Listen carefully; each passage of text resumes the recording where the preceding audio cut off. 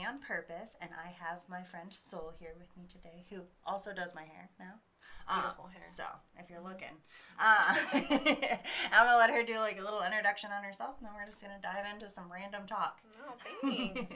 So, my name is Sol Pachalski. I am from California, and I'm recently splitting my time between California and Las Vegas. I am a hairstylist. I've been doing hair for 15 years. I have triplet girls. They're 20 years old and Gorgeous. amazing Absolutely girls gorgeous. that I'm obsessed with.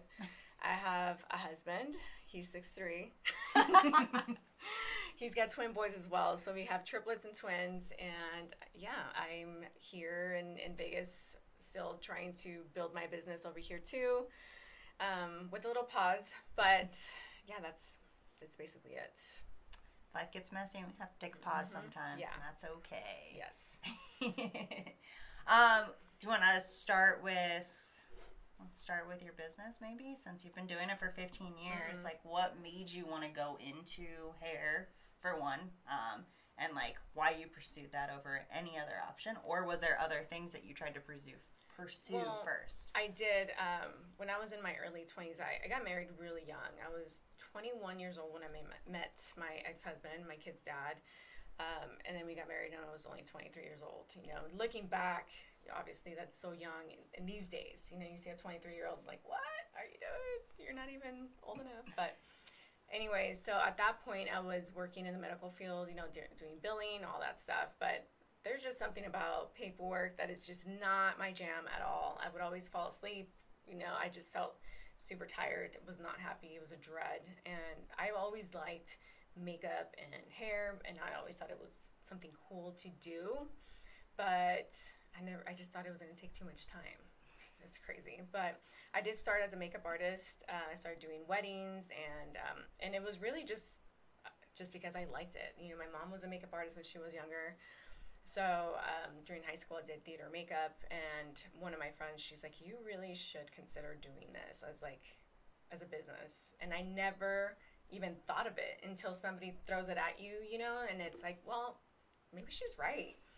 So I started doing just freelancing, you know, at Sephora and at day spas, and then from there it was like one bridesmaid. I did her in the weddings, and then from that I did all the bridesmaids when they got married, and then it just continued, and it was something fun. It was easy money. And when my ex-husband and I got married, we waited a couple years, and then it was completely not planned. I ended up getting pregnant with triplet girls, you know, and crazy because I only wanted one kid. At that point, he had a daughter, and we're like, okay, one more, you know, two, and we're done. You were meant to have a lot more because apparently God's like, just kidding. Yeah, it's like, you want one? No. Here you go, two more. So when that happened, obviously, I went from working to not being able to work. You know, I stayed home with the girls. So I did weddings here and there just for fun. And when they were 3, their dad and I, we split. So I had to be more into what am I going to do for my girls. They were so young, you know, and there was a very heavy, you know, custody battle between him and I. So that became just so stressful and expensive and just draining, really. So when they turned 4, I went to beauty school, and that was another thing. One of my friends threw it out there, why don't you do hair? Like, oh my God, I've always wanted to do that. You're right. Why don't I? So going into beauty school, I was like one of the older people there. I was like in my, you know, early 30s. I was 30, 31 when I went to beauty school. And so there was a lot of girls that were like fresh out of high school, and I was 17, 18-year-old little babies, you know, so that they had a bit different vision. So it was really hard for me to be there because I was on a time frame. I was like, I need to get this going. I'm already late. So when I graduated, I landed running. I already had a salon that I had to work, you know, that I was able to work at. And my goal from when I started, my salon owner, she's like, well, what do you see yourself doing?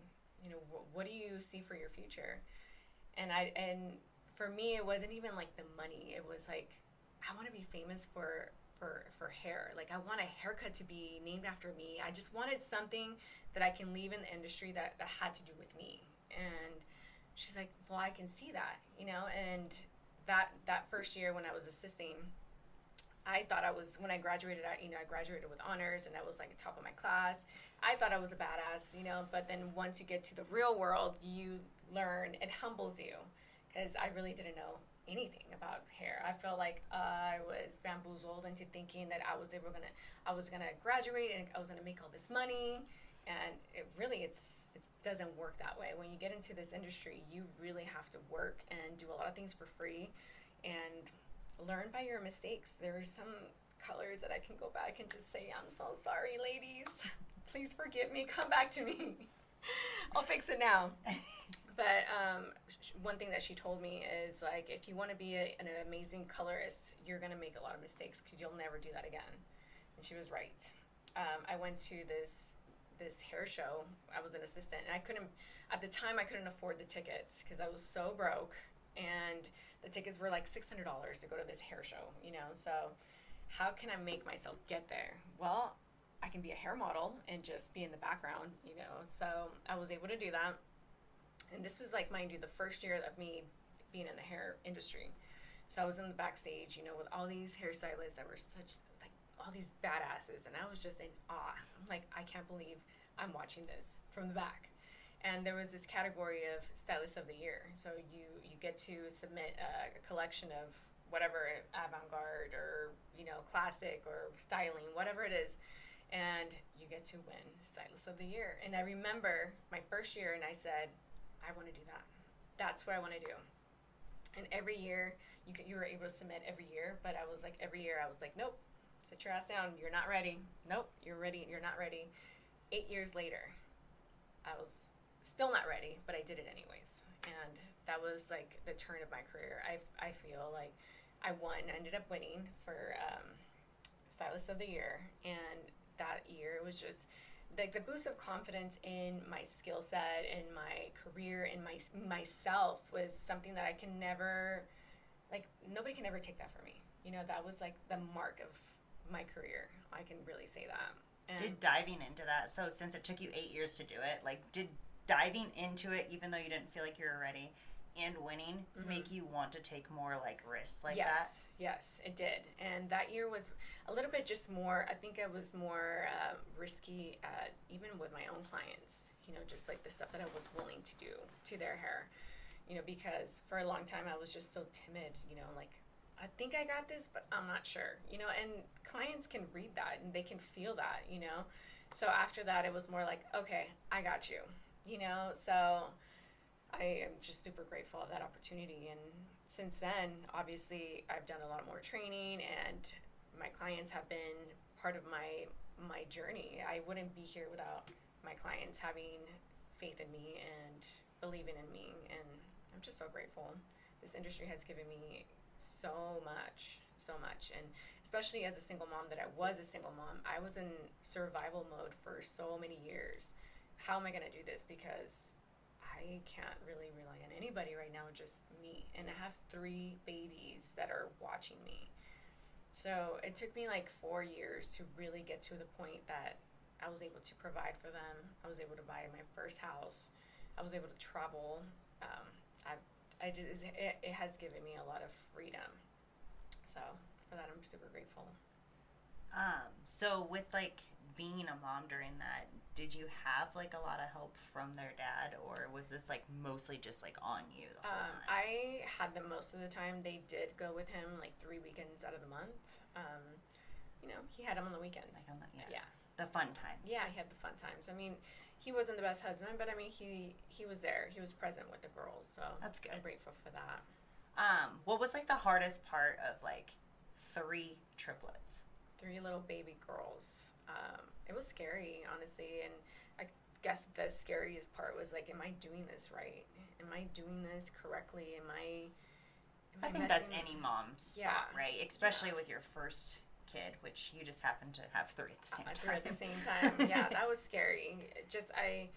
You as a parent, you always question yourself, am I doing this right? Am I going to mess these kids up? Am I protecting them? Am I giving them enough?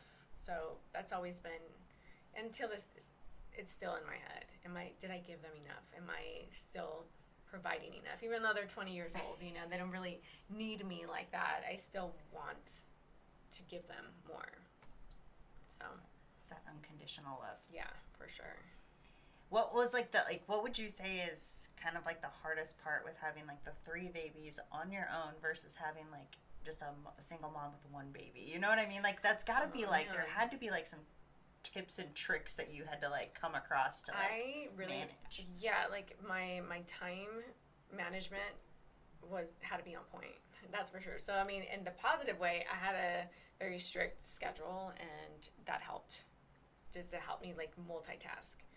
So I have no idea what it would be just to have 1 kid. So I think just throwing myself out there and being like, boom, 3, I just rolled with it, honestly. Just figured it out as you go. I figured it out, because nobody teaches you really. I mean, I can read all the books, but they're not here at 3 o'clock in the morning, and when 3 babies are crying. So you can just kind of figure it out. You just figure it out. Yeah. Well, like you have so many people that struggle just to like go to like a 9 to 5 and have like 1 baby. Yeah. And yet you had 3 and built a business, because you didn't just clock in and out. No. You had to build a business. And a salon owner, or not even a salon owner, sorry, just a stylist. Like when you start out, like you said, most of them are like, what, 18 years old? Yeah. I think my niece is like 18, 19, and she's doing it. Yeah. And, I mean, she probably has like 3 clients. Yeah. I wouldn't think she has a whole lot yet, and like takes a while. Gotta take a long time to build that, and then most of them aren't like quite in that right mindset yet to do it either. Totally. So like hopefully like it was a little easier for you because you were focused. Yeah, that, and I mean, I was in a time frame. Like I needed to provide for my girls, and being a hairstylist, the beauty of it is that you make your own hours. You are your own boss, which is amazing. I can never imagine not having that. So I was building at a salon, but I was always able to do hair at home if I needed to, because my girls were there and I needed to take care of them. So I was always able to hustle. So I would work as many hours as I could at a salon, and then I would do my friends or like certain people at home. So I was always working. So, but I was able to survive. So that's crazy. So you did people at the salon, and then you did like basically cash at home, like kind of thing. Yes, absolutely. I did that.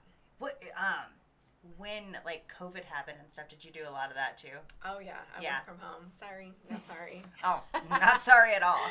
I knew a girl that didn't and complained about it. I'm like, just do it at home. Exactly. Honestly, COVID was just such a weird time for everyone. It's like so many things were exposed, politically. And I was never into politics. Now I have You have to pay attention now. Now I'm a little obsessed. I'm not gonna lie. I'm a little obsessed with politics right now, and I've lost a lot of friends because of that. I've lost a lot of family members that blocked me, which is fine. It's okay. It's okay. It's fine. And for me, I'm so respectful of whatever side you're on. You can have your opinion just like I can have mine, and I can stay off your page, off your comments, or say something negative. Yeah. I could, I'm not gonna lie, I have been a little petty, especially during an election. I'm sorry, not sorry, but I mean, it happened. It is what it is. But I've been taking a step back. I have other things to worry about. Even though I'm still paying attention over here, it's not my focus right now. I try to like pay attention, but like I got obsessed too. Like I was to the point where like I was actually like my emotions couldn't handle it. Exactly. I just straight mad. Yeah. And like I got to the point where I was like, I need to like, this is affecting me in a way that I can't control. So like I stepped back and I was like, what's in my control? I can pay attention to what's going on. I can vote. I can do things when they approach, or like things like not wearing a mask because I'm going against that because it makes no sense, right? Absolutely. I just won't use you. Like I won't eat here, whatever. Like that's fine if you're going to force me to do something I don't want to do. So that's something I can do. But what I can't do is let it take over my life. Yeah. And so that was where like I was like, okay, I'm going to just step back and do what I can without it destroying everything else. Exactly. Because I think everybody had such a strong opinion, and it's like, I'm going to educate you. No, I'm going to educate you. And it's like, do you understand? This is like, I feel it was part of the plan for everybody to get against each other. Well, it's a divide. Yeah. You divide. Completely. It becomes weaker, a weaker nation. So anyways, not to get into politics, because I will go down the rabbit hole. We might change this podcast up. I know. Oh, don't want to get in there. Maybe next election. Yeah, maybe the next one. That's going to be interesting. I'm a little scared. I know, it's a little scary. Yeah. Anyways. So we went down that rabbit hole. I told you ADHD started. This is fun. What's next? I think I covered like 5 topics in 10 minutes. That's okay. Let's do it. It was a weird time though, like with COVID and like businesses, right? Like something like that you could do at home, but like if you owned, you know, a restaurant. Yeah, a restaurant, you couldn't do that. No. They were doing. I was in Colorado at the time, and I don't know if they did this in California. Were you in California or were you here? I was in California. So I don't know if they did this in California. They did a lot of the same stuff in those 2 states, but they did like takeout only at restaurants. Yeah, they were doing takeout even for margaritas, even for drinks. Yeah, that was crazy. It was. That was a really sad time because honestly, that's one of my favorite things to do is just trying out new restaurants. Oh, me going too. Out to eat. That is my jam. That's where I'm at in life right now. So there's still restaurants I won't go to because they wouldn't let me go in with no mask. I won't. You lost me forever. Forever. One made me so mad I did leave a review. And I don't normally do that, but they were very, very rude for no reason. Wow. So. No, yeah, they took that away, and that was a scary time, let me tell you. That and the gyms.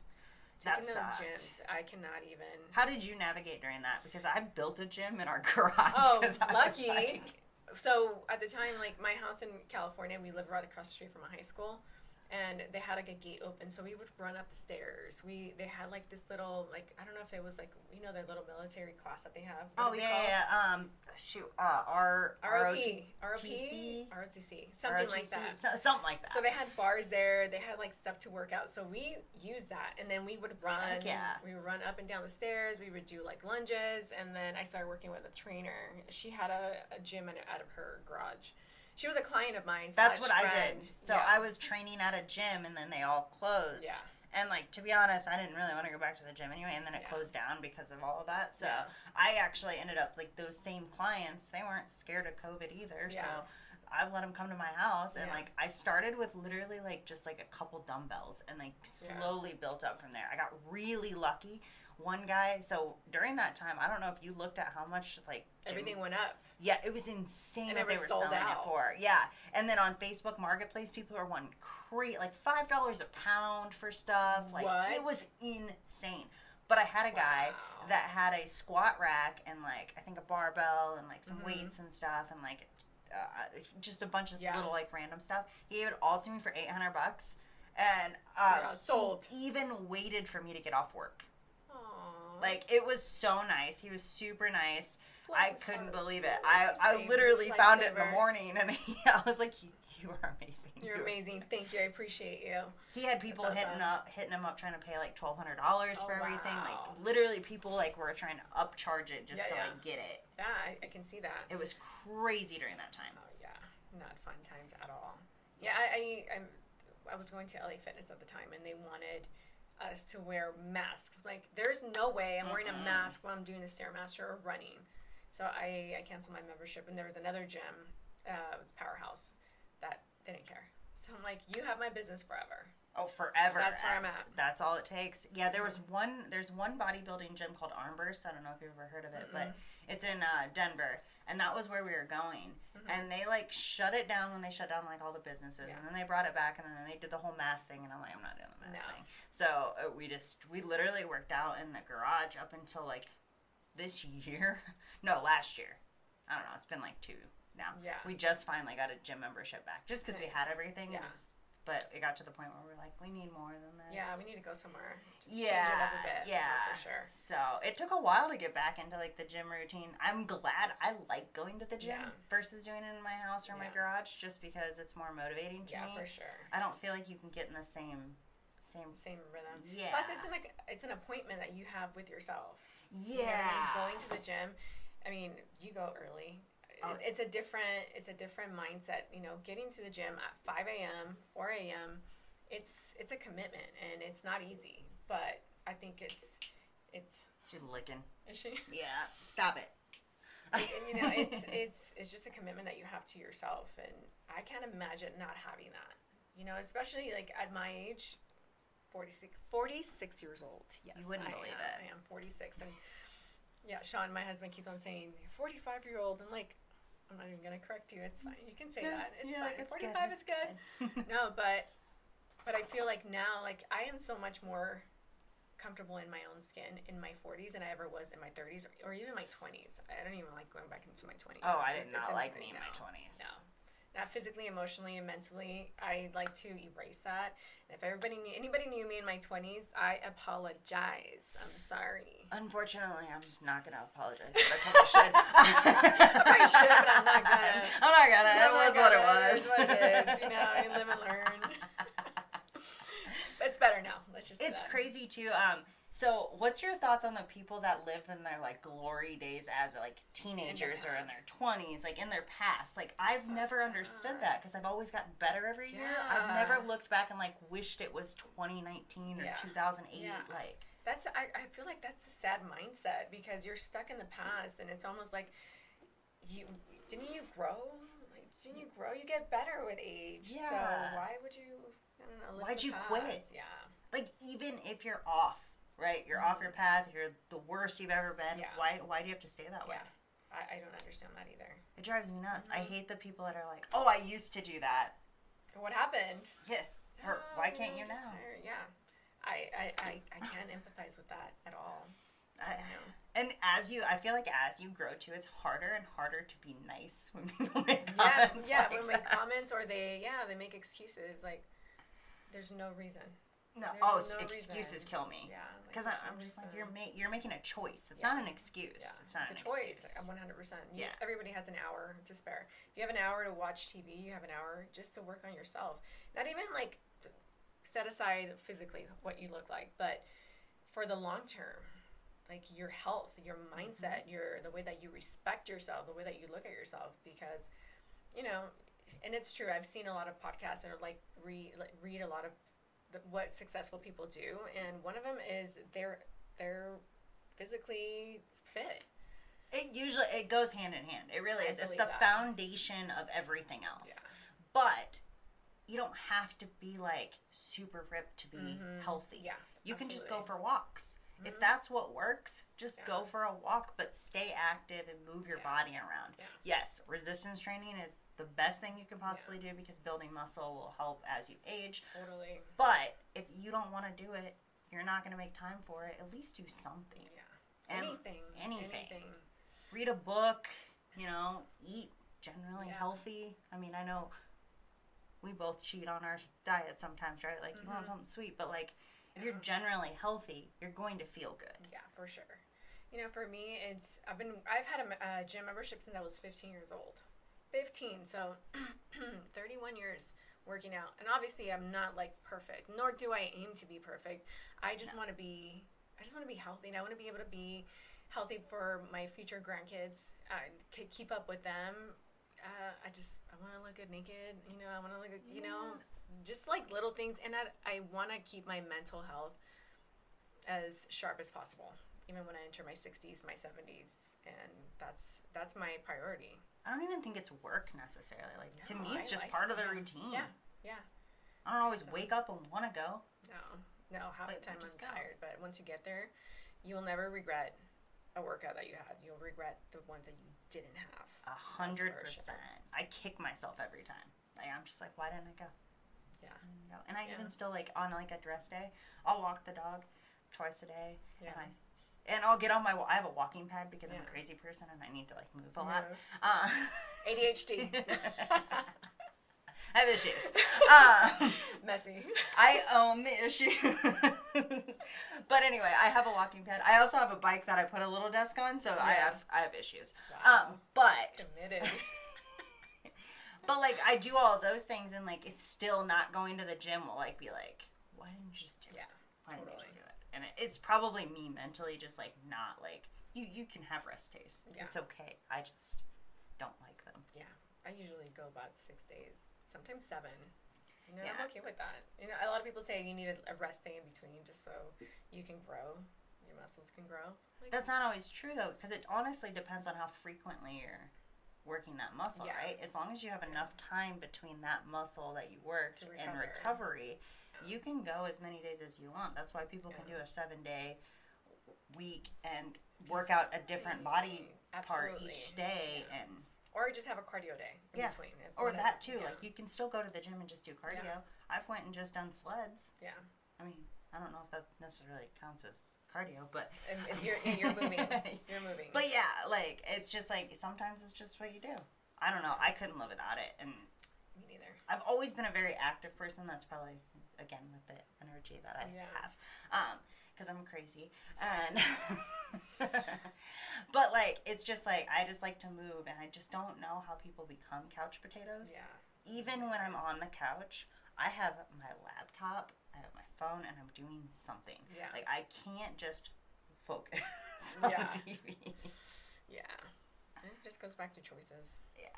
And we all have like plenty of time in the day too. Yeah. I mean, you proved it. You had 3 babies and still built a business. Because I don't care, 3 or not, they were babies. They were babies. And that is crazy to be able to do that. And most people claim they don't have time. I think, anything that you really put your mind to, it's going to be hard. I mean, if it was easy, everybody would do it. It's not meant 100%. To be easy, but it's you choose how you want your life to look like, and you just make the sacrifices and just do it. Really, it's fun. Yeah, I love my busy schedule. I squeezed this in today. I just had to move some stuff around, like, and it's great. I love it. Like, I do this, I do all the editing, I do all of that, like scheduling out the posts, and that's like a job in itself that I don't get paid for. Yeah. So just think of how much I'll put into something that I get paid for. Yeah, like, totally. So it's like it's all about what you want out of it. Yeah, for sure. I just try to balance as much as I can. Again, I'm crazy, but that's okay. I know that I'm not average, and I don't want to be, and like that is a good thing. And I feel like you're the same way. Like you're not average, so like that's a good thing. It moves in the right direction. For sure. What's your goal? So I know, like when you started the hair stuff. So sorry, circling back. Yeah. Brain. Yeah. So when you started getting into hair school, and you had the goal to become famous in some way, shape, or form. What does that look like now to you? Like, what is the goals now? Well, I feel now the hair industry has changed so much in the past, 3 years. Now it's a lot of, storytelling, really. It's a lot of not only being, having a lot of talent, you also need to be an editor. You need to be a content creator. You need to be relevant. You need to stay with the trends. And, for a 20, 30-year-old, that's amazing. For me in my mid 40s, I need to stay relevant, all this stuff, but I also have another life that I need to focus on as well. So it's been a little challenging, I'm not gonna lie, trying to keep up with the content creation. It's a lot. It's like another job. For sure, and if you don't have these many followers, are you good enough? And that's one thing. It doesn't matter how many hundreds of thousands followers you have versus somebody that maybe doesn't have as many followers. I would encourage anybody that's starting that don't base your talent or your success on that amount of people, because it's, a lot of social media is not necessarily real. It's not what it says it is. No. Most people buy followers. Like, things are not what they think they are. Exactly. So my following has been very, it's natural. These are my actual people. I've never thought of buying any following or anything like that. For me, it's like I'm not a stylist for everyone, and I'm okay with that. Just like I don't want just any client in my chair. Yeah. In my years now, I've been very comfortable with saying no to a lot of things that they're not in my realm. Like I'm not comfortable doing this, I'm not comfortable doing that, and I'm okay with that. Versus when I started, I was saying yes to everything. Well, I think when you start something too, to find your niche, you have to try different things. Everything, yeah, for sure. So in my younger years, of course, I said no to nothing, and because I was on a mission. But now, stepping back, knowing what I like to do, knowing what I allow to in my chair, because it's not just about hair. As a stylist for myself, it's the energy that's around me. If a client doesn't feel right to me, I am okay letting them go. It's not about the money at this point. It's about the energy that I have. And when my client sits in my chair, what I want them to feel is that it's about them. Like it's just you and me, and you have my full attention, and I'm going to give you the best that I can in the 2 hours, 3 hours that we're together. So that's been success to me. That's what it looks like to me. When they leave, they feel like we had a connection, because honestly, like, my clients not only come to me for my talent, it is the connection and the time that we're together. Because even for me, when I go for an appointment, it's more than just do my lashes or do my facial, do my massage. It's the energy that I feel. Mm-hmm. And that to me is priceless. Yeah, 100%. That's really where I'm at in my career. Is I don't really care to be famous. I want to be educated, and I want to be happy with my every single day schedule, whoever's with me. And that to me is everything. That's where I'm at. The vibes are like totally a thing, right? So yes. I don't repeat, like, if I go somewhere for a service and like, even if they did an okay job, like it looks good and whatever, if it doesn't vibe right, I never return. Yeah. And like, I'm also so loyal when I find people that I absolutely love. Yeah. And like, that's usually what I tell people when I was like, they do great work also, and then you add like personality, the socializing, the vibes in the environment, like everything is added in there. It's not just a recommendation because like, oh yeah, they're pretty good at it. Yeah. No, it's a whole package. So, and people will pay crazy money for a good environment and a good, for sure. Yeah, so to me right now, my priorities, obviously, besides my career, it's my family life and just juggling 2 states, try to figure all that out. Oh yeah, you want to talk about that? You want to talk about how you juggle that? Oh my God, yeah, let's talk about that. Let's talk about 2 states. So yeah, it's been about 2 years that I've been doing the 50-50. Half my time in California and half my time in Nevada. And you have like twice the amount of work in California, right? Yes, I do. So I work a lot, 2 weeks straight, double bookings, coming like, sometimes 6 days a week. So it's a lot, and I'm not going to lie, it's for the past couple months, I'm been a little burnt out into the working 2 spaces. And so right now I'm on a little pause in Nevada, not to say that I'm not going to be doing hair here anymore, but for right now, I think the right thing to do for me, my own health, is taking a break from doing hair here. I'm still going to do it in the next maybe couple months. I'm not sure. I was at a great salon here in Henderson, and I love the people, love the owner, my clients. It's been great, but I think my family right now needs a little bit more attention.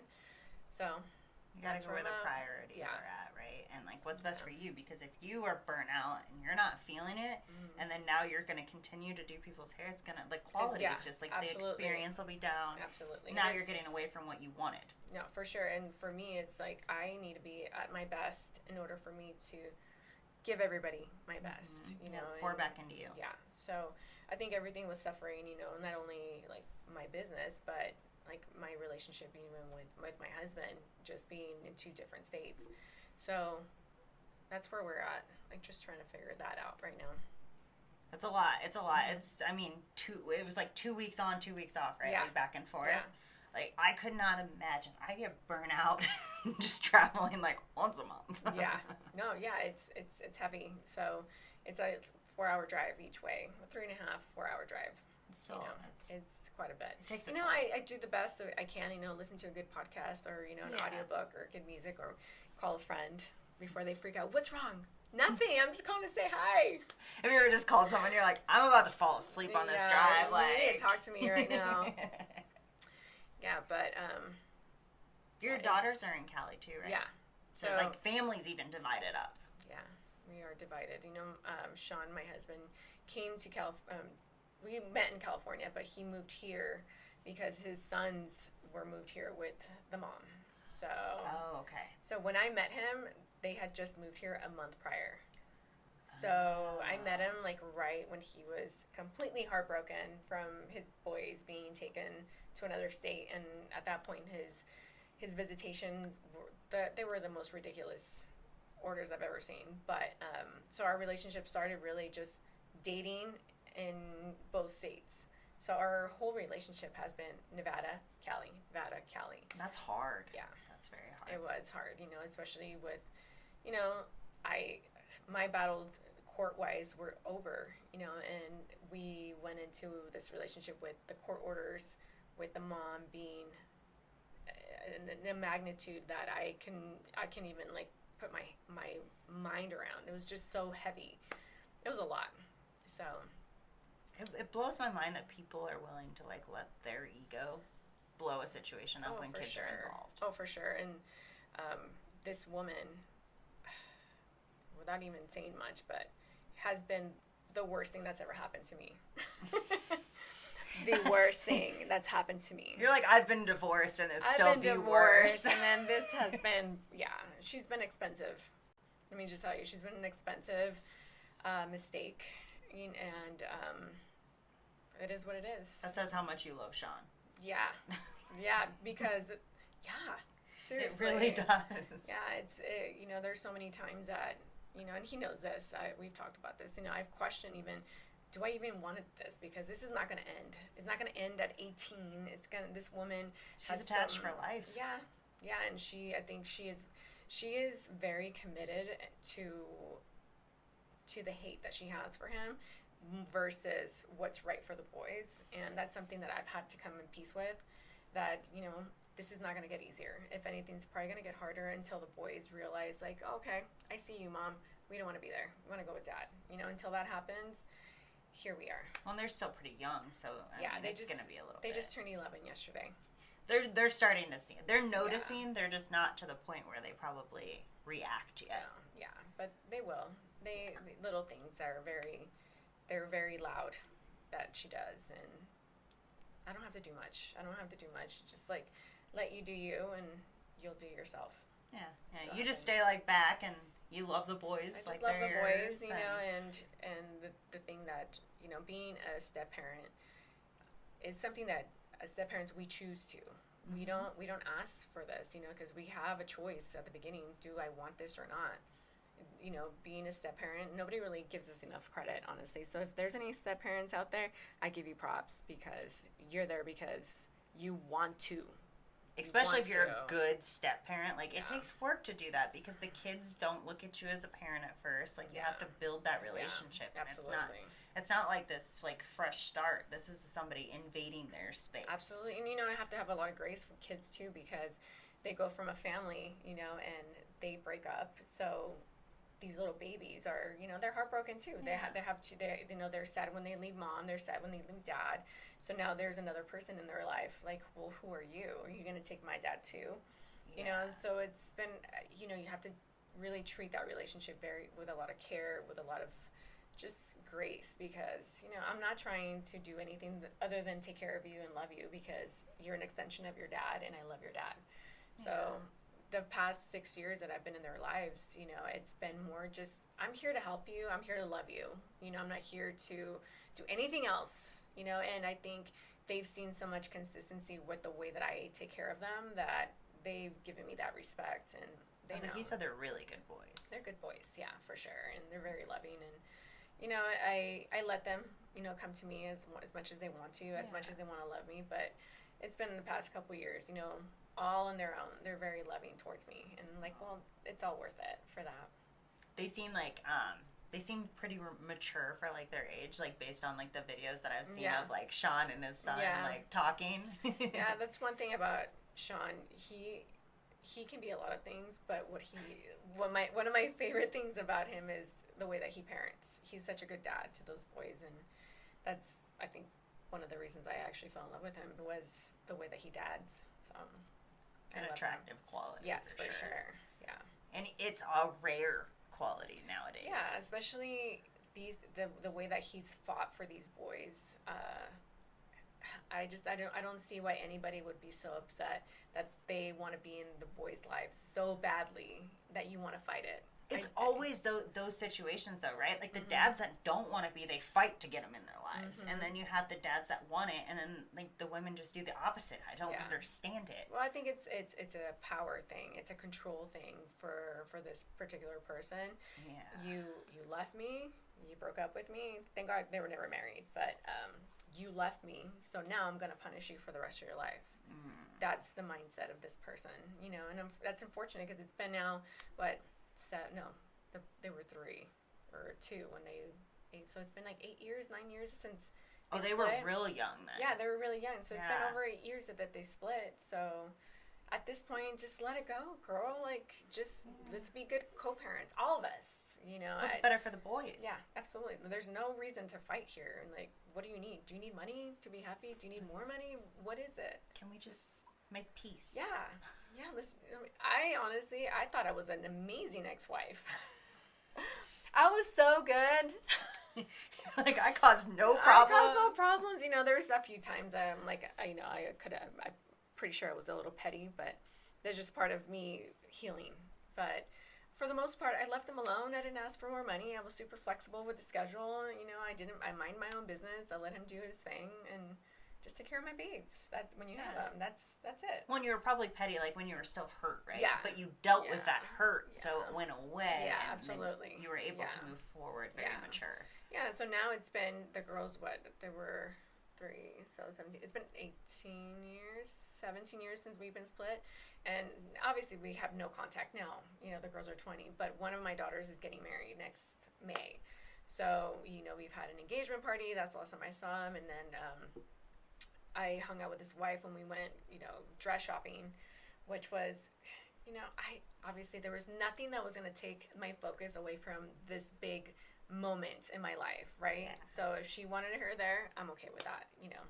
So there's just been a lot of moving on, and it's just so much better for everyone. If everybody is just, it is what it is. We created these humans. Let's just enjoy them, and there's no reason to have any animosity anymore. Well, and there's always room for multiple people in someone's life. Like, for sure. She will never take your spot. Never. Yeah. She can't. Yeah. She literally can't. Yeah. I mean, you and your daughters all look the same. Like, she can't take that.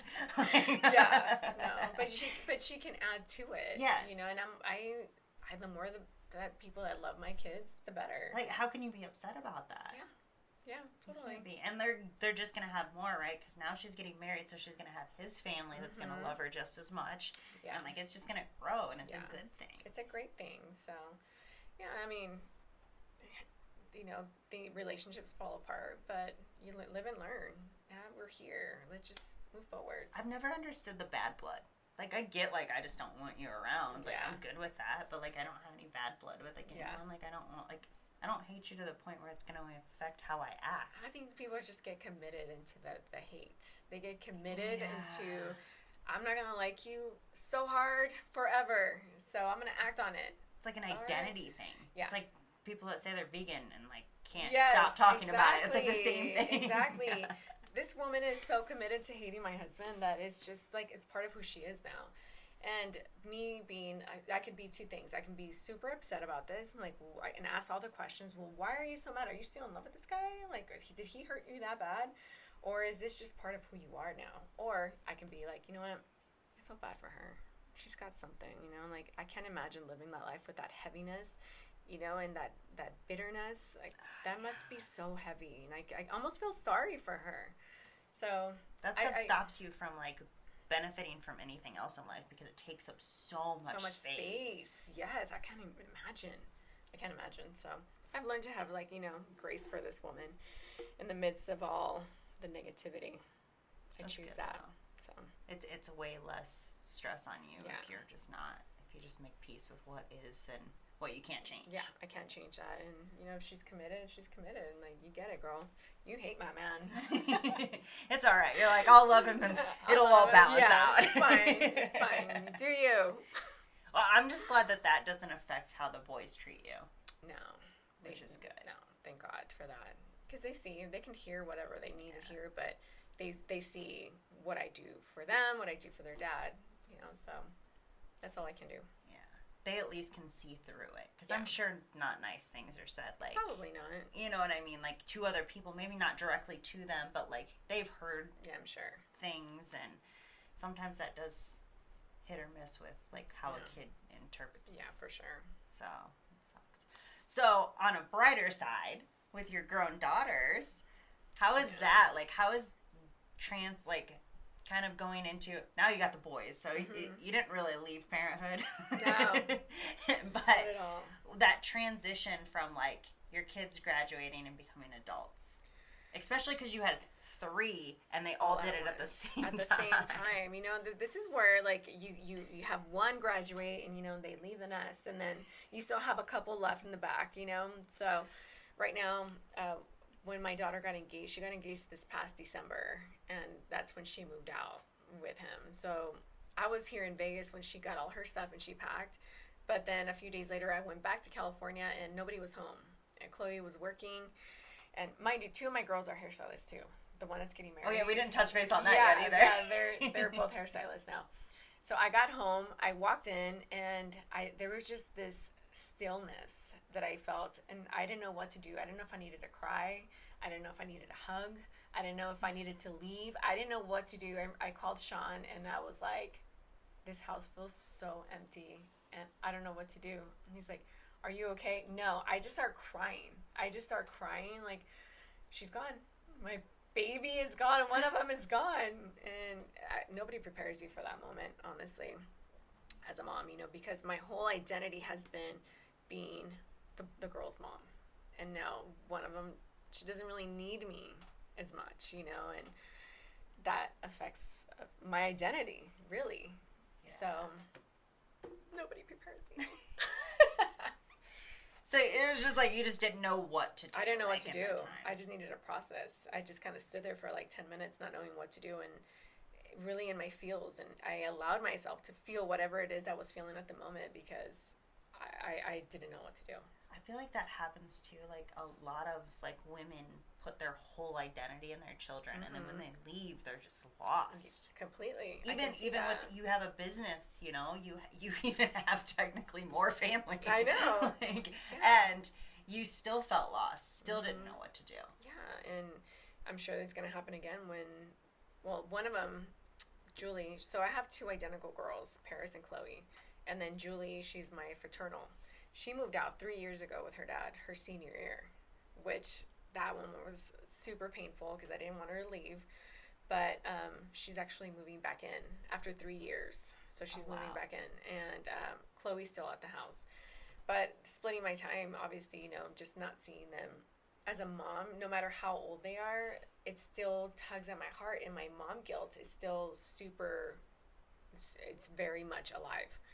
So learning to struggle with feeling that, and then coming here and having all these emotions has been probably one of the hardest things for me, like with this transition between 2 states, is the always being heartbroken, leaving somebody, you know, leaving my kids and then leaving my husband, leaving my kids, leaving my husband. I don't feel I belong here or there because my heart's split in 2. So it's been really hard. It's 2 different homes, really, like in the full. Yeah. It's hard. It's really hard. What so do the girls plan on staying in California? All of them? For sure. Especially well, Paris, her, you know, boyfriend or fiance's family lives there, and they're probably gonna stay there forever. You know, and Julie, she's got a boyfriend that lives local, so she's not leaving. You know, and Chloe's single, but she's got a good career going where she's at right now. We actually work at the same salon in California. Oh, okay. Very cool. Yeah. So, so it's Chloe, and then which daughter is the other one that is a hairstylist as well? 2 of them, right? Paris. Okay, so Paris and Chloe, and then Julie. Okay. Yes. And then what does Julie do? She's going to college. She just needs 1 more semester and get her associates. She is majoring in business marketing. Interesting. So yeah, she's going to be doing, you know, she's practicing with sisters' social media now and like doing like their hair page. That's actually really smart. Like, she like, should. I told her like, you can do mine too. Like, here you go, take it off my lap. Do you? That's awesome. Yeah. So the couple videos that you do while you're in California, are those with her? Which ones? I don't know. I've just seen some of the outside of the salon, and I assume that wasn't here because I've been to the salon. No. Like, actually, those were. I had a videographer do those. Oh, okay. Yeah, those were like professional guy. Okay. Yeah. I was just gonna say she was really good. I know. Yeah. No, that guy was really good.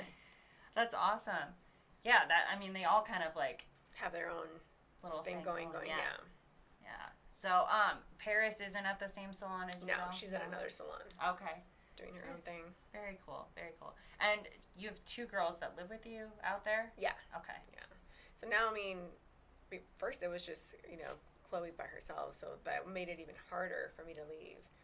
So now that Julie's back, I feel a little better, you know. They're all doing so well. Yeah, they're doing good. Awesome. You know, and honestly, I couldn't have asked for better kids. Not only are they driven, but they're kind and they're funny. And as a parent, you know, what more can you really ask for? Yeah. You know. And they're surviving in California, which is not easy. Yeah. Like that's seriously. awesome. Yeah. So something else that we haven't touched base on is you're a little dog lover. Oh my god. You're like obsessed. I'm dog obsessed. lover. Yeah, I know. I'm obsessed with dogs. I don't know. I've always liked dogs, puppies since I can remember. If there was ever a dog, it was gonna be on my lap since I was little. So for a long time, my parents, you know, they're Hispanic, and in the Hispanic community, or growing up, dogs don't live inside. They sleep outside, you know. So in my younger years, I just wanted a puppy, and he always had to be outside, and that always broke me. So once I became a homeowner in my own terms, then I just became super obsessed. I'm that dog mom. I am. Yeah, the Hispanic culture is very different with dogs. Very different. Yeah, completely. They're not like here. It's like, what do you mean? You have a dress on your dog, or you have a stroller for your dog? They put them in a purse. Yeah, that doesn't fly with them. No. Yeah, it's totally different. And how many? Like you have like 5 dogs. Right? No, so when I had Ace, he's my dog, and then Sean, when I met him, he had Dale, which is the Black Cocker Spaniel. So it's 2 dogs automatically. And then when Sean moved out here by himself, I kept the 2 with me. So I got him a puppy so he wouldn't be alone. We got him Brenny, a little Shih Tzu. And then for Chloe, when we knew Paris was going to move out in December, for Christmas we got her a puppy so she would have a little companion and not be home alone. So we have a total of 4 in the family. Yeah. A little crazy. Just to add to the chaos, right? Yeah, it's like, what's another dog? Let's just go. But yeah. You can't go wrong with too many dogs. No, I mean, I would have a farm if I could. I'm not gonna lie. I just like animals, dogs more than humans sometimes. I eventually want to get like one that's like super trained, you know, like the scary trained. Yeah. Okay. Just, you know, things get weird. Yeah. You got protection. Yeah. I get that. We've always had pit bulls, but Justin wants a healer. He really wants a healer because his dad had healers. Mm-hmm. His dad's healer lived until 19. What? Yeah. Wow, those are like herding dogs, right? Yeah. Okay. Yeah. So they're really cool dogs, but I just have this big fear of getting one just like his dad had, and like it like barks a lot. Not bites. It just barks a lot. Yeah. And like I'm used to her. She's being quiet. The most she does is lick. And then like that drives me nuts. So I'm like very scared of getting that. Yeah, I know. But yeah, we'll probably end up with a healer next week. Nice. I guess. But get a puppy. No, it'll be shelter. Oh, shelter. Yeah. Okay. Yeah. I think we're pretty stuck on like just going to the shelter. Rescue? Yeah. That's where we got her. That's good. He had, when he was in college, he got his own dog. He's kind of always had like dogs growing up too, which I didn't really. My mom, we had like some kind of mutt when I was really young, and I think he got like hit by a car or something. I don't know. It was really bad. The whole thing was bad. But I was really young, so I didn't quite understand what happened. Yeah. And then she like bred some dogs for a little while, which I wasn't very comfortable with. So yeah, because I don't really like the whole breeding thing, which is why I'm a shelter type of person. But so and then so he actually got his first dog in college from like a breeder, which was like a full bred like pit bull. Yeah. And he's so sweet, but dang dog had separation anxiety. Oh no. Oh man, did he like destroy throw the house? fits. Oh yeah, we had to get like a lion cage for him because he would break out of a regular kennel. What? Yeah, he was bad. So oh God. And like I loved him so much that like I still like talk about like, oh, he wasn't that bad, and then Justin will start listing off all the stuff he used to do, and I'm like, I guess he was. I guess he was. Oh my God. You know, he really loved us. He was just really sweet. And then she's been just easy. we got her at she was like 9 months-ish, give or take. Oh, so she was young. She was young, and she's always been like that hyper that you seen when you first came in. Like, she's always like that with new people, or just in general if they're not her owners, I guess. Yeah. But then she's... And then she's like this. She might not even be in... Oh, she's in her bed. Oh, there she is. And that's her all day long. Oh that's all she does. So, it's quiet. Yeah. The licking is it. Oh, and if she wants, like, she has to go potty in the middle of the night, she just stares at you. I don't know how it wakes me up every time. Does she do this? Does she pet you? No. She just stares. Doesn't touch you, nothing. Just stares. And I don't know how I feel it, but I wake up every single time. It's a mom in you. That's the mom in you. Dog mom. Yeah.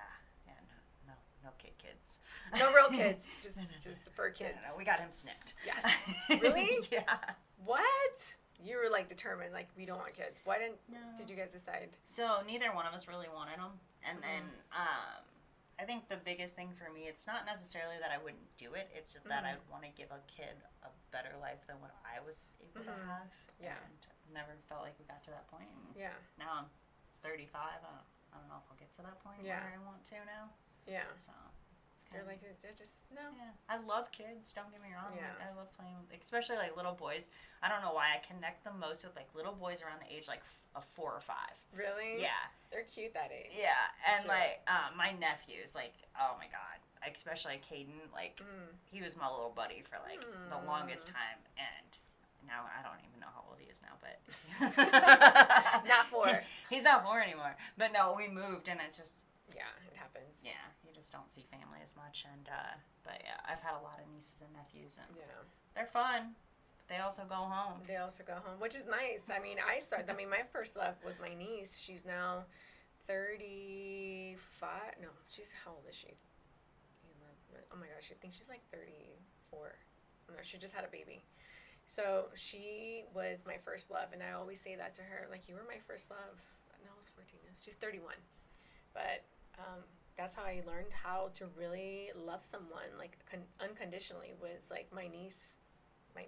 It is crazy the impact they have on you, because mine was, my first niece or nephew was a niece, too, and, like, we were so close. Yeah. She's, like, I mean, she does hair now, and, she's, what, like, 19, I think? Yeah. And, like, it's just so weird. I sent her, a little picture came up, like, in my memories of her and her brother, like, hugging. Yeah. And I sent it to her, and she's like, who's that kid? You're like, your brother. Yeah. Oh, my God, yeah. Nieces or like, nieces and nephews are just so special. They're just an extension of you, also. It's a different, like, place in your heart, for sure. Totally. Yeah. And then I have friends that have, like, little kids and stuff, like, my friend Libby. It's a cute baby. Yeah. My friend Libby, her son's like, I don't know, like, I say I'm bad with this age thing, but like, I don't know, 4. Anyway, he's small. Yeah. He's so cute. We went hiking and we carried him. Justin put him on his shoulders. He's a cute little guy. Yeah. But not for you guys. Not for us, And that's fine. That's totally fine. I'd rather have the spare bedroom as a podcast studio. Yeah, it works. You like, I have the podcast on this side and I have my office on that side, so I can just switch. It works. Is this your, like, desk for office? You just move it around? Yeah, it just goes down and up.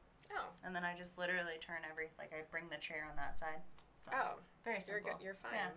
This works. We just totally went on a whole random talk about I don't know what. Okay. Well, you can always just edit out. Edit whatever you want. Oh, no. We're messy on purpose. Okay. I like that. It's fine. Yeah. I try to. I'll edit stuff out if like someone's uncomfortable with what was said. Yeah. Or like I had somebody on that was like, "Oh, can you edit that out? I don't want them to know about my idea or something like that." Yeah. So I'll edit it, but I don't think there's anything wrong with our random conversation. I don't think so either. Yeah, it was just. I don't know how I started talking about it. I don't even know either. Okay. Anything else you can think of? Anything that was on your Chat GPT list? Maybe Chat GPT. We could talk about that. I mean, I love Chat GPT. Honestly, it's been my best friend. Do you use it for content? Sometimes, but mostly, I ask them like the most random stuff. Either for like cooking or stuff like that, or I don't know, like.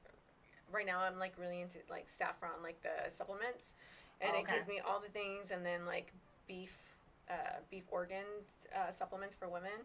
It's been a life changer. Let me just tell you. Yeah, I mean, the amount of information that you can find on ChatGPT is insane. It's amazing. So, And I even put my fight with Sean in here. I was like, am I wrong? He's like, no. And they got your back. No, ChatGPT agreed with me. I was right. You're like, wait a minute. This just proves it. See? I was right. You were wrong. There's some things that, like, Justin would be like, use ChatGPT. I'm like, no, I'm not using ChatGPT for that.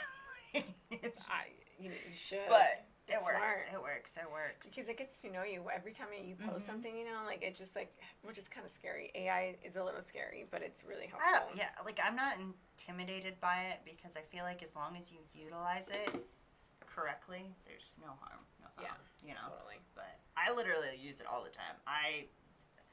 We're trying to use it, so the company that I work for is trying to incorporate it more into the business, which is a money management and accounting firm. Yeah. And so yesterday when we got on a call, I was like, I chat GPT'd this question, and I was like, here's what I found. And I... Oh my God. You're like, this is what I found, and you sound super smart now. Yeah, and I literally, like, I'll start with, like, a very detailed, like, what I want, and then, like, I'll ask questions on top of that, and it'll, like, break it down. Yeah. It's your friend, for sure. Oh, yeah, I love it. I think it gave me, like, a full-on, like, meal plan. It gave me a workout plan. Yeah. It'll give you anything you want. And you can tell it to be a specialist in such and such, and like it'll give you more detail. Like the more detailed you are in your prompt, the more detailed and more specific your prompt will be. Answer. Yeah. I like it. Have you done images? No. I created this on there. Oh, really? Uh-huh. I haven't done that. Yeah. I haven't done that. You just kind of got to play with it a little bit. Like, so I take a picture from every podcast, and I turn it into a cartoon through ChatGPT. Really? Yeah. So you'll take a picture and turn it into a picture? And I'll share it with you too. Oh my God, cute! See? I love that. It's fun. I love ChatGPT. Yeah, so it just tells me, come watch yourself, you know how to say, you know. It just tells me. What you think? We talked single mom. Crazy, yeah. That. What about like yours and Sean's relationship a little more, like the whole long distance thing, because it is kind of long distance, right? Like it's divided up. It's basically what people would consider a long distance relationship because you're not there all the time. Yeah. Like, what are the difficulties when it comes to that relationship and kind of sustaining it? Because I know, like, you were just talking about, like, he upset you and, like, there's stuff you guys got to work on. Yeah. So, obviously, it's not, like, super easy, but no relationship's easy, right? No. Like, that stuff can come up even if you're with each other 24/7. So, like, what do you find is, like, kind of, like hardest part of not being together? Well, I think it's, like, the everyday.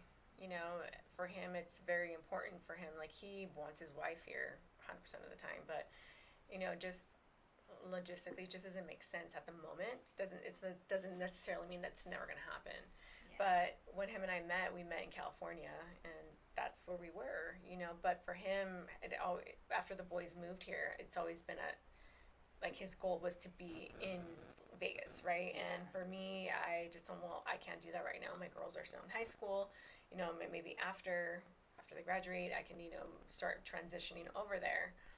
So we literally, when we were living together full time in California, and then when he went hard getting the custody of the boys, like splitting 50-50, that was a really heavy time in our relationship because there was so much stress on his lap because of him fighting the boys' mom. It absolutely affected our relationship, right? Yeah. And so it's always been one challenge after the other. Like, after this chapter is over, then he's going to be not stressed, and then we're going to be good. And so then that happened. He got 50-50, but he had to move here. We literally got married January 3rd of 2022. He moved here on the 5th. Wow. So we were already engaged before he moved here. So we were engaged for about a year. In March of 2021, and then we got married in 22. So, and it was kind of like that. We weren't expecting to get married, but I think it was important to him that we kind of just solidified this, even though we're about to embark in this transition of being split. So our whole marriage has been split, and it has not been easy. Obviously, there has to be a lot of trust, and I think we both have gotten into this groove of like your life, my life, and then our life when we're together for a couple weeks, and then I feel like there has been a lot of resentment built, because he's not there with me and I'm not here with him. Well, it feels like you're living separate lives. Yeah, that, and it's hard. I think in any relationship, being split, it just creates like this separation, no like connection. But we've done the best we could up until this point, and we just recently we had a big blow up, and it all comes back down to like everything that's been building, because of the distance. Social media is a big issue for him, and for me it's like, well, I need to stay relevant. It's my business, and for him it's like, you're putting my wife out there, and so it's one of those things that it's a very delicate, situation, but we're trying to learn. Nobody has the answers, and this is a very different dynamic. Not everybody can handle it, and fortunately we've been able to still be together, in the middle of all this, and still been dealing with, court stuff and then family stuff and kid stuff and all this stuff. But at the end of the day, what can we learn from it and become better, so there just has to be. We've had a lot of really hard conversations, just like any marriage. Like you need to, you need to check in with each other. Like, what's going on with you?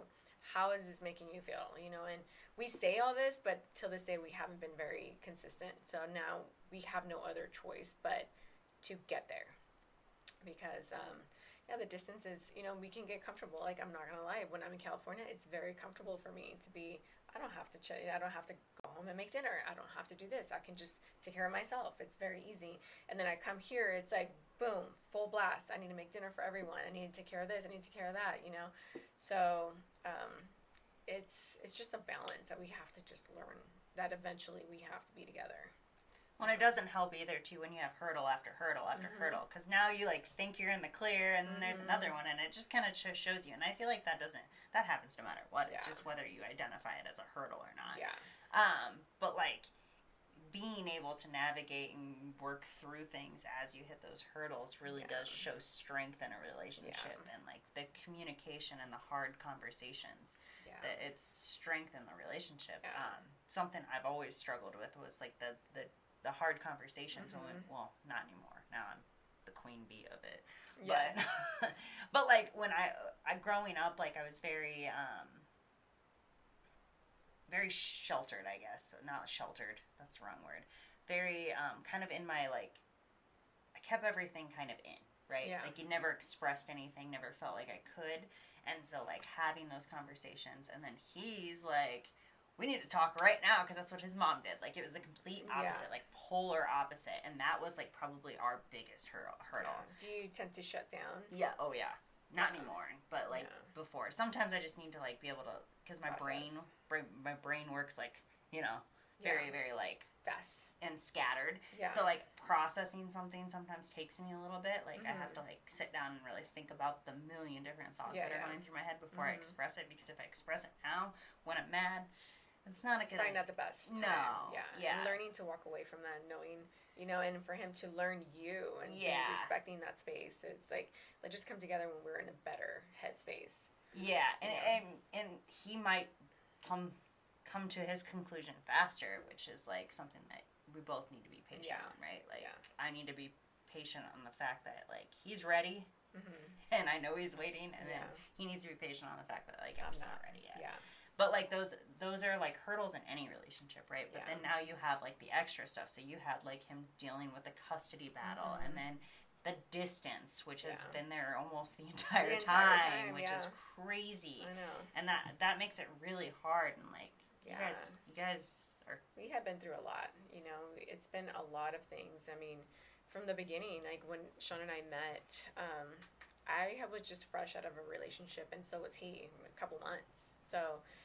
when we met, we really, if we look back, like, we had no business dating anyone. He should have just taken some time, and I should have taken some time, but we met, and here we are. We met, we dated for a couple months, and then he called it quits.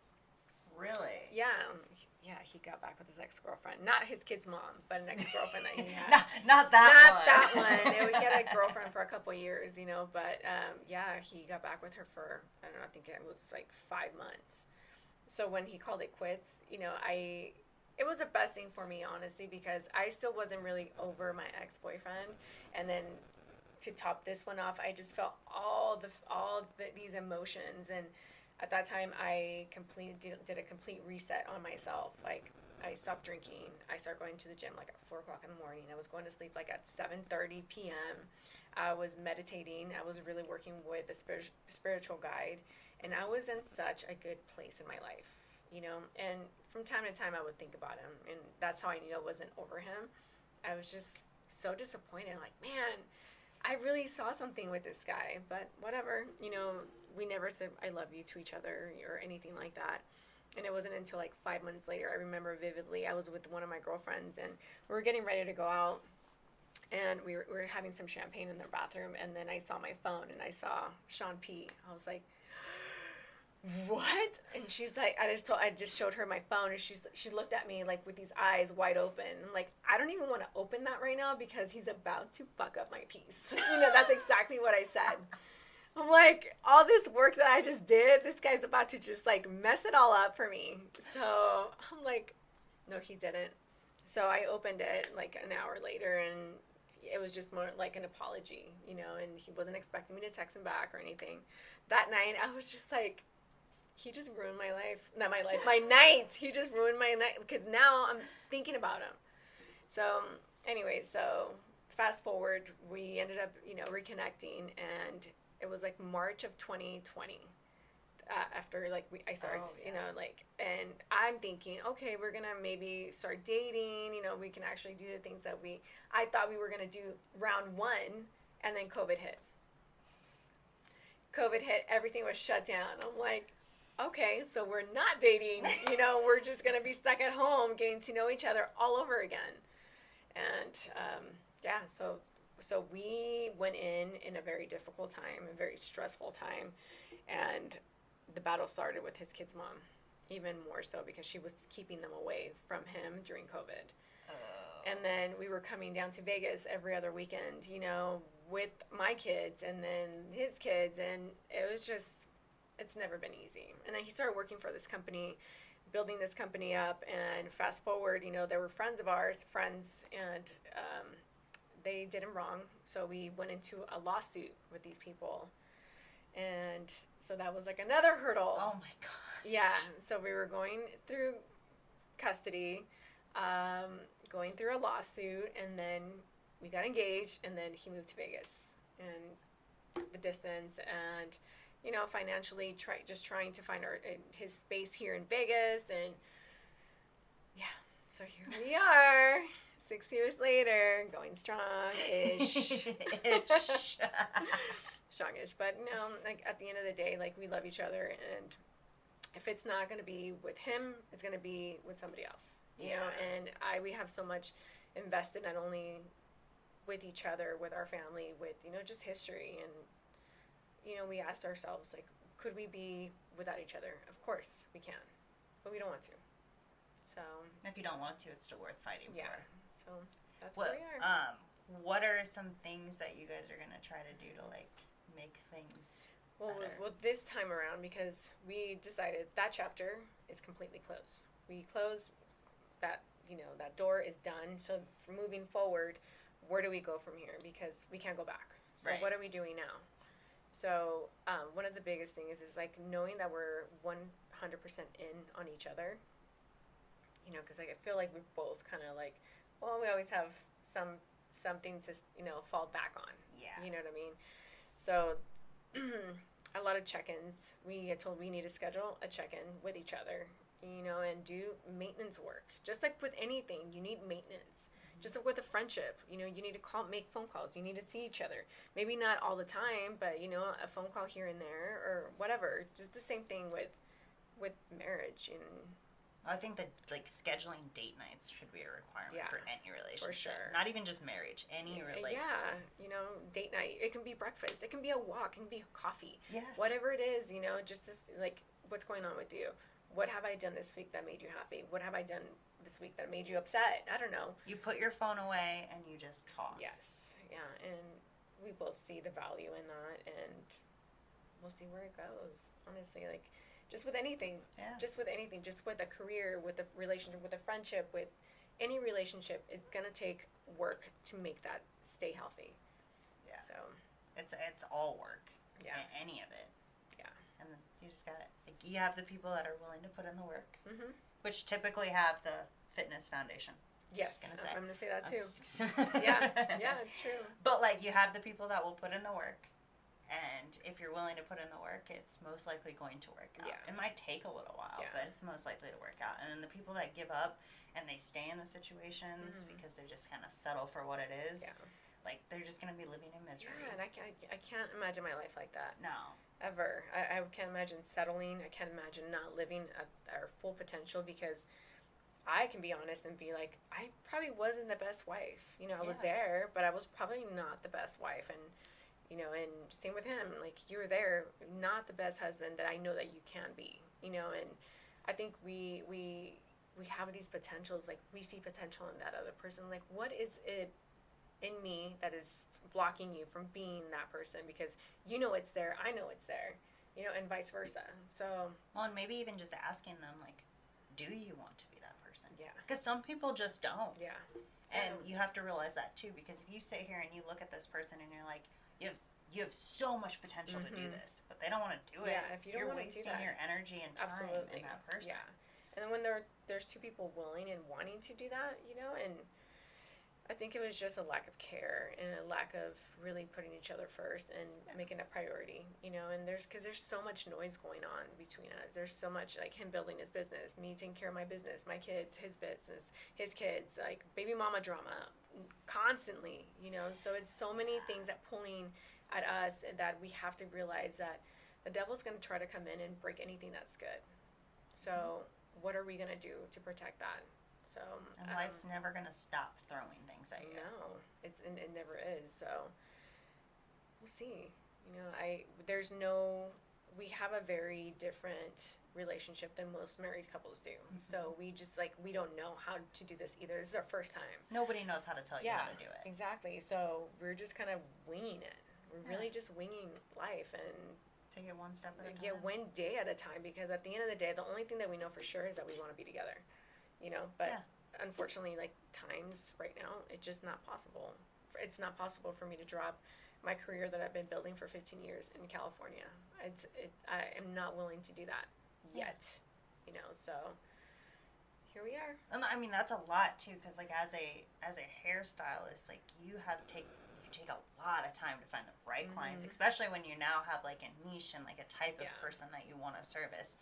And then now you built that up. I mean, you're crazy busy out there. I mean, I see you post, like, there's an availability. Nope, gone. Like, it's crazy how busy you are out there. And, like, it takes a long time to build that, and you're starting from scratch here, you know? Like, you have a good base, but, like, it's not what you have in California. So how do you leave that? Yeah. It's been your baby since your kids were babies. Yeah, and it's one of those careers that you can't just get transferred and just start getting paid the same you were getting paid in another state. Just doesn't work that way, you know. And he understands that. He's also, you know, self-employed, so he knows how it is to build from nothing, really. And he did that moving here. And he was even worse, because he didn't know anybody. He didn't know anyone. He just knew exactly what he wanted to do. He didn't want to do real estate. He knew he wanted to be in the finance and, like, and hard money. He wanted to do loans in that aspect, and then continue doing that, you know, in that realm. And he didn't settle for anything other than that, you know. So, I mean, I've supported that.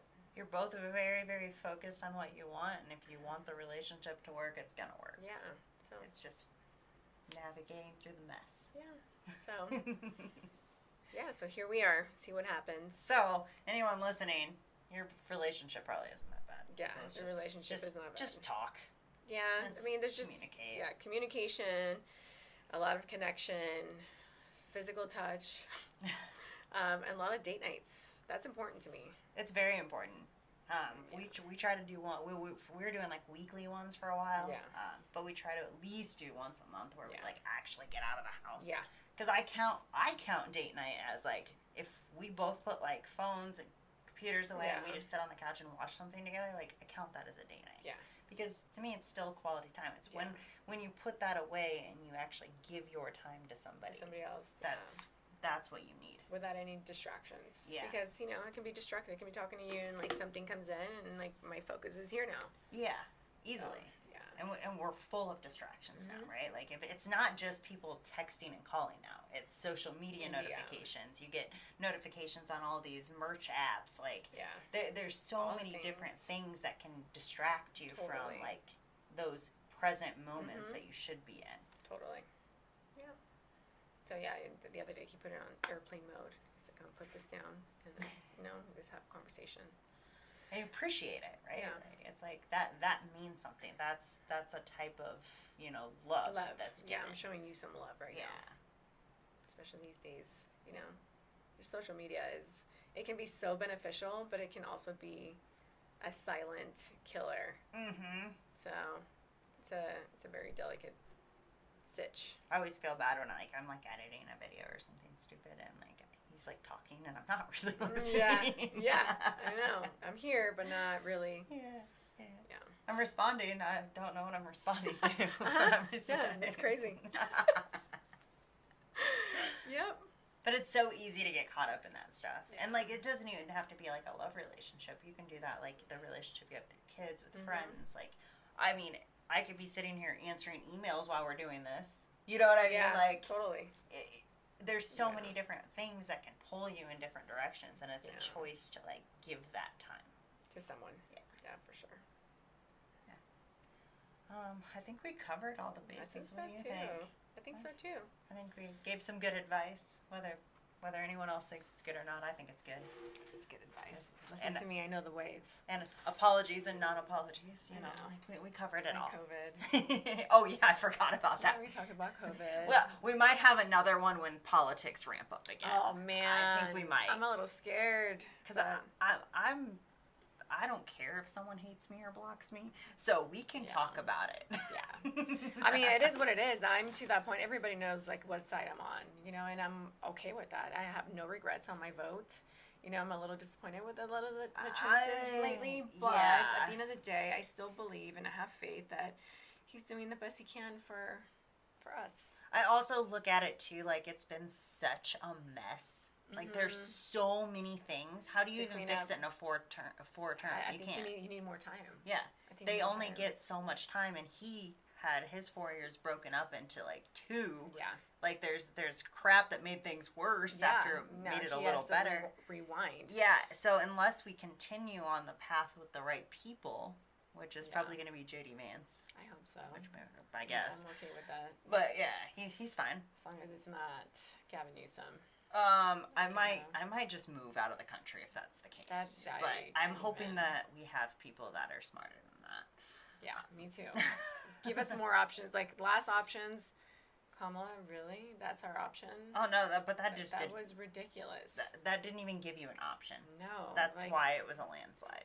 Yeah, that was like, who would vote for one like that? I don't even want to get into it. But can't even talk. No, I just cannot. All this word There's also a lot of other things that I think a lot of feminists wouldn't like me to say, but yeah, and there's so much no to the things that they were aiming for that was not important to. We weren't nailing the like what your average person, because when you look at it, like the poor were still poor, right?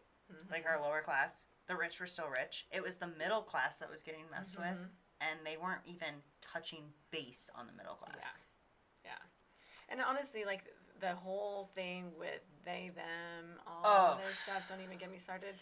Just, like, the whole sexuality part is, like, that I had to respect what they thought or they wanted us to conform to. When I see, it's like, you're telling me pink is red? No, it's pink. But they wanted me to say certain things. I'm not gonna participate in that. No. It's boy girl, the end, and that's that. Or like just in general, like don't tell me how to say things. Mm-hmm. I live in a free country, so I'm gonna say it how I want. And why do you get to dictate how and when I say things? And if I don't say it, you're gonna get offended? No, I'm offended that you think that I should do that. I'm offended that you're a baby. Yeah. And just go away. Yeah. I just cannot. I just can't. So, before we go on a rampage, we'll. I know. Don't even. Yeah, we're gonna go on. We'll do this a different one. Yeah. Sheesh. We can really dive in. But thank you so much for coming on. Thanks for having me. This is fun. We're gonna do it again for sure. Yeah, for sure. I'm down. I'll give you a review of what's happened in the past 6 months or something. Yeah. We can just pick a random topic too and talk about it because clearly we can talk about any topic. Anything. Yeah. So I'm gonna be like, ooh, I have something I really want to talk about. You want to come back on? Yes. Yes. So you're gonna be competing soon, right? Oh yeah, I'm working on that. I need to work on my posing because I'm a big slacker on that. Okay. I'm just really awkward. And heels, but it's hard to walk in heels. I retired mine. It's all about the wedge. I cannot do heels. Have you ever done competing before? No. My daughter did. She did 3 years ago. She competed in a natural NPC, whatever it was. I forgot what its name. But yeah, she was for the teenage category. Yeah. She won. That's awesome. She did really good. She looked amazing. I mean, for a young girl to do that, I gave her all the props. I cannot believe that she would do that. It takes discipline. It takes a lot. Yeah, and for me, like, I love that world as a spectator. Like, I love like following all these bikini models. Like, they're motivating. Yeah, for sure. Like, I learned so much from them. They look amazing. But they obviously, like, I'm so judgy of them when they're on stage that I can never do that for myself because I know I'm going to be judged, and I don't want that. And everyone. It's not even the judges. It's everyone. Everybody will judge me, and I'm like, I don't want any of that. I just want to look good naked. The end, and that's it. I just needed a new challenge. No, for sure. And I think it's amazing. I am so looking forward to watching you compete in your journey. It's going to be a lot of work, but it'll be worth it. I put up a calendar over there that has like when I'm cutting, when I'm going to gain again, and I'm going to do about 2 more gain phases and see where I'm at, and then hopefully I'm ready. Nice. So what's your goal? What month? So the goal would be probably next summer. Okay. So you have time. Yeah. Okay. So now I just got to get my posing in check. Yeah. But do you know which competition you want to be in? Not yet. Well, I know it'll be bikini, but yeah, like muscle contest or any of those like. Just the bikini, I think, to start. I don't know beyond that because I don't think I'll put on enough muscle to even be able to like do wellness or anything. Okay. And I definitely will never go as far as bodybuilding because I don't want to do drugs like that. So you still want to look. Sorry, but you still kind of want to look feminine. Yeah, I get it. I give it to people that do it because it's hard work. It's not just drugs, but there's a lot of risk for women doing drugs. And again, I want to look feminine. Yeah, exactly. I think wellness looks amazing. Bikini's like obviously my favorite, but yeah, I think wellness is kind of like my peak point. Like I think I would never want to be any bigger than that. No, I think that's about it. Yeah. And I don't even know if I'd want to do it again afterwards. I just want to try it. You know what I mean? Like if I challenge yourself, I can do this, and then just continue. Yeah, if I like it, do it again. If not, it was fun. Yeah, you did it. Yeah. So yeah, that's. Well, I look forward to watching that. It's gonna be exciting. All right, guys. Until next time. Bye. Bye.